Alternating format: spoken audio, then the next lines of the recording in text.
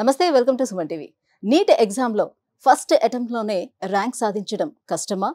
Biology, physics, chemistry వీటిలో పూర్తి స్థాయిలోనే స్కోర్ చేయడం సాధ్యం కాదా?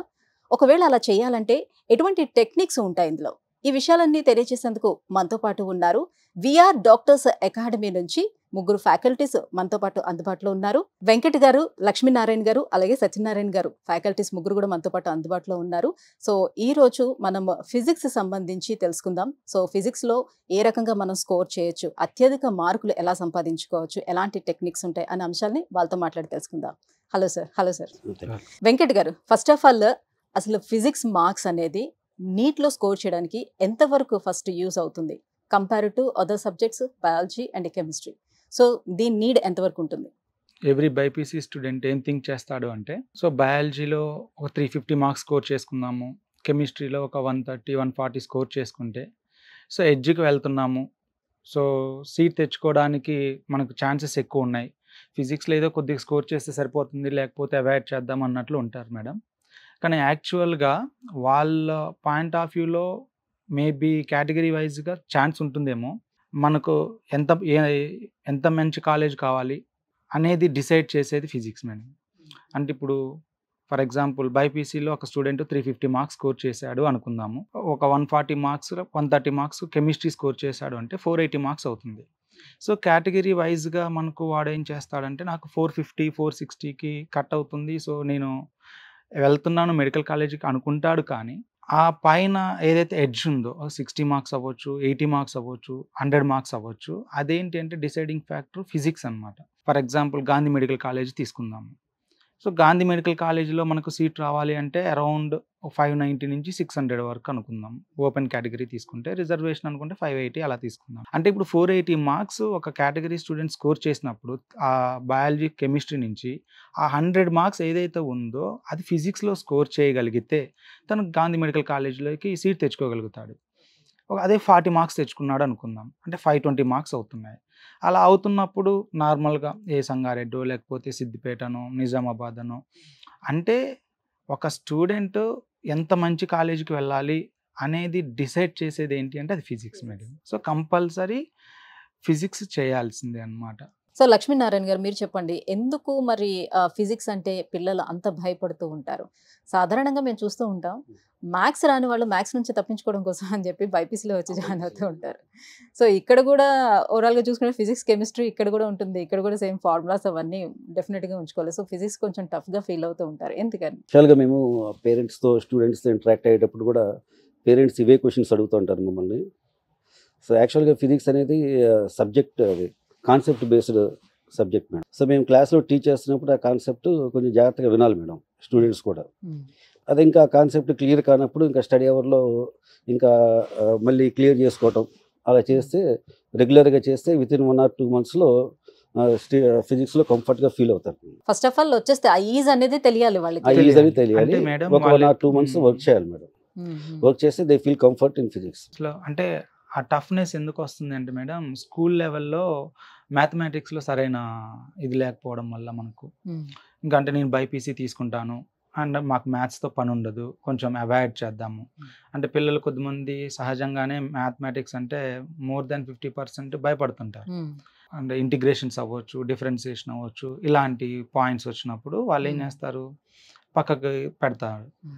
సో ఎప్పుడైతే ఇంటర్మీడియట్కి వస్తాడో బయాలజీ ఓకే మెమరీ బేస్డ్ అనమాట, కెమిస్ట్రీ థియరిటికల్గా పర్లేదు, కానీ ఫిజిక్స్కి వచ్చేసరికల్లా ఫిజిక్స్ అనేది మ్యాథమెటికల్ అప్లికేషన్, నథింగ్ బట్. అంటే కంపల్సరీ వితౌట్ మ్యాథ్స్ మనం ఏం చేయలేం ఫిజిక్స్లో. స్కూల్ లెవెల్లో ఎవరైతే అవాయిడ్ చేశారో ఇక్కడికి వచ్చేసరికల్లా ఫిజిక్స్లో ప్రాబ్లమ్స్ ఎదురయ్యేసరికి సో అక్కడ వాళ్ళు సహజంగా ఇంకా టఫ్ ఫీల్ అవుతుంటారు. ఇంకా సత్యనారాయణ గారు, మీరు చెప్పండి, ఎందుకు పిల్లలు ఫిజిక్స్ని అవాయిడ్ చేస్తారు?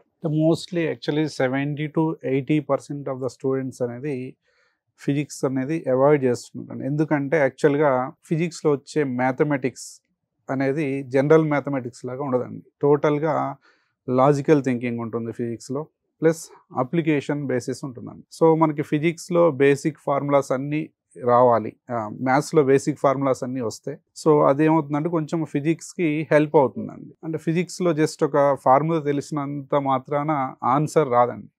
కాన్సెప్ట్ అనేది క్లియర్గా ఉండాలన్నమాట. సో జనరల్గా ఏంటంటే మోస్ట్ ఆఫ్ ద స్టూడెంట్ అంటే బోటనీ, జువాలజీ, కెమిస్ట్రీ ఫస్ట్ దానికి ఎక్కువ సమయం కేటాయిస్తారు. సో ఫిజిక్స్ చూస్తారన్నమాట. ఫస్ట్ ఒక ప్రాబ్లం చూస్తారు, రాదు. రెండో చూస్తారు, రాదు. అలా ఒక 2-3 డేస్ చూస్తే ఏమవుతుందంటే ఫిజిక్స్ అనేది ఒక భయం వేస్తుందండి వాళ్ళకి చూడాలంటే. సో ఆ భయం పోగొట్టాలి అంటే సో మనం ఏం చేయాలి అంటే ఫస్ట్ సో క్లాస్లో ఈరోజు విన్నాం లెసన్, విన్న దాంట్లో మనకి ఎన్ని పాయింట్స్ అర్థమైనవి అని ఒక షార్ట్ నోట్స్ లాగా రాసుకొని సో ఫస్ట్ ఏమంటే ఎగ్జాంపుల్ ప్రాబ్లమ్స్ చేయాలండి. సో ఎగ్జాంపుల్ ప్రాబ్లం చేస్తే ఏమవుతుందంటే ఒక ఐడియా వస్తుంది. సో ఐడియా వచ్చిన తర్వాత అప్పుడు ఎక్సర్సైజ్లో ప్రాబ్లమ్స్ అనేవి స్టార్ట్ చేస్తే first day it will take some ఒక 5 ప్రాబ్లమ్స్కి 1 అవర్ తీసుకోవచ్చు. సో ఆ 1 అవర్ 5 ప్రాబ్లమ్స్ 1 అవర్లో చేశాను, అదే బోటనీ జువాలజీ అయితే ఒక 2 లెసన్లు చదివేవాడిని, అది ఆ థింకింగ్ రాకూడదండి. సో ఫస్ట్ డే హార్డ్గా అనిపించవచ్చు, 5 ప్రాబ్లమ్సే 1 అవర్లో అవ్వచ్చు. అదే ప్రాబ్లమ్స్ ఒక 2 డేస్ చేస్తే సో మ్యాక్సిమం 15 to 20 మినిట్స్లో చేసేయచ్చు అండి. సో ఇట్లా ఏంటంటే కంపల్సరీగా ఒక పర్టికులర్ టైం పెట్టుకోవాలండి, 1 అవర్ ఆర్ 1.5 అవర్.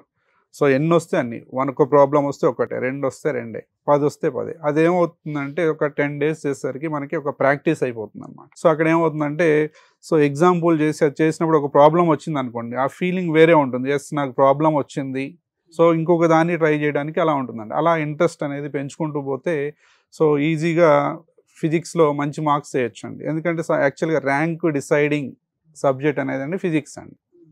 సో ఫిజిక్స్లో మనకి ఎంత హైయెస్ట్ స్కోర్ చేస్తే అంత మంచి కాలేజ్ అనేది వస్తుందండి. సో దీనికి అంతగా టఫ్గా ఫీల్ అవ్వాల్సిన పని అయితే లేదండి. సో జస్ట్ ప్రాక్టీస్ చేసుకుంటే సరిపోతుంది. సరే వెంకట్ గారు, ఇప్పుడు ఫిజిక్స్లో ఒక యావరేజ్ స్టూడెంట్ 100+ మార్క్స్ గెయిన్ చేయాలంటే ఏం చేయాలి? 4 years క్వశ్చన్ పేపర్స్ కనుక జాగ్రత్తగా అబ్జర్వ్ చేసినట్లయితే క్వశ్చన్ పేపర్ ఎలా ఉంటుంది అంటే ఒక 10 క్వశ్చన్స్ అంటే అవుట్ ఆఫ్ 50 క్వశ్చన్స్, మనకు అవుట్ ఆఫ్ 50 క్వశ్చన్స్లో ఒక 10 క్వశ్చన్స్ వెరీ ఈజీ క్వశ్చన్స్ ఉంటున్నాయి, 15 క్వశ్చన్స్ ఈజీ క్వశ్చన్స్ ఉంటున్నాయి, ఒక 10 to 15 క్వశ్చన్స్ మోడరేట్గా ఉంటున్నాయి, ఒక 5 to 10 డిఫికల్టీగా ఉంటున్నాయి. అంటే overall 50 questions. So very easy questions ఒక 10 క్వశ్చన్స్ ఉంటున్నాయి, ఈజీ క్వశ్చన్స్ ఒక 15 క్వశ్చన్స్ ఉంటున్నాయి, అంటే 25 క్వశ్చన్స్ అనమాట.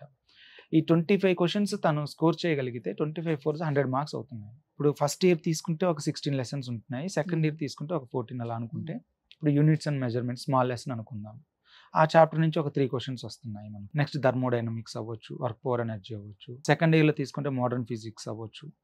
ఇలా చిన్న చాప్టర్స్ ఒక 3-4 క్వశ్చన్స్ వచ్చే చాప్టర్స్ ఉన్నాయి మనం. అట్లీస్ట్ ఒక స్టూడెంట్ ఆ లెసన్స్లో పర్ఫెక్ట్గా ఉండగలిగి రిమైనింగ్ చాప్టర్స్లో రిమైనింగ్ టాపిక్స్లో సర్ఫేస్ మీద అంటే ఫార్ములాస్ కాన్సెప్ట్ చేయగలిగితే కంపల్సరీ 25 నుంచి 30 క్వశ్చన్స్ చేయగలుగుతాడు మేడం. ఇప్పుడు మనకు బయాలజీకి వచ్చేసరికి 350 మార్క్స్ స్కోర్ చేసే ఉద్దేశంతో ఉంటాడు. అంటే 90 క్వశ్చన్స్లో తను 85 క్వశ్చన్స్ చేయాలి. అక్కడ తనకు 3-4 క్వశ్చన్స్ కంటే ఛాయిస్ లేదు.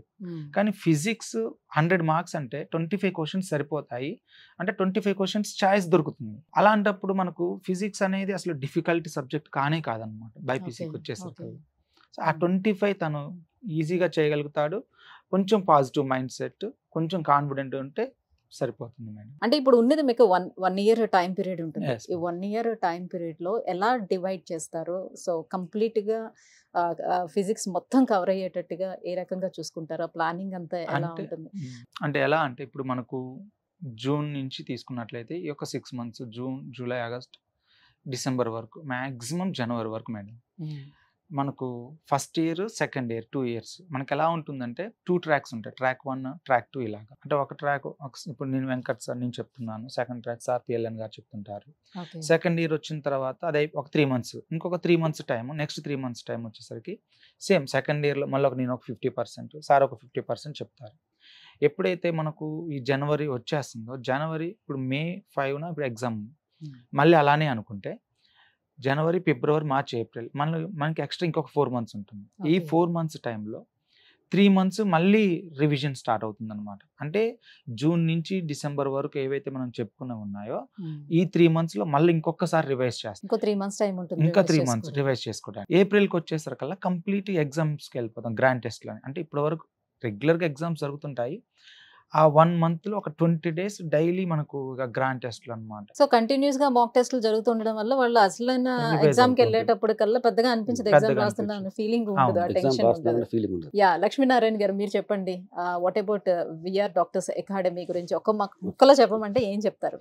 ఫ్యాకల్టీకి అది స్టూడెంట్స్కి మధ్య ఫ్రెండ్లీ అట్మాస్ఫియర్ ఉంటుంది మేడం. అంటే మేము వాళ్ళతో ఫ్రీగా ఉంటాం, వాళ్ళు కూడా మాతో చాలా ఫ్రీగా ఉంటారు. సో ఇప్పుడు ఏదైనా చిన్న డౌట్ వచ్చినా సరే వాళ్ళు మా దగ్గర ఫ్రీగా వచ్చి అడుగుతూ ఉంటారు అనమాట. అది మా దగ్గర ఉన్న మెయిన్ ఇంపార్టెంట్ థింగ్ అదొకటి. ఎటువంటి భయం ఉండదు మేడం స్టూడెంట్స్కి.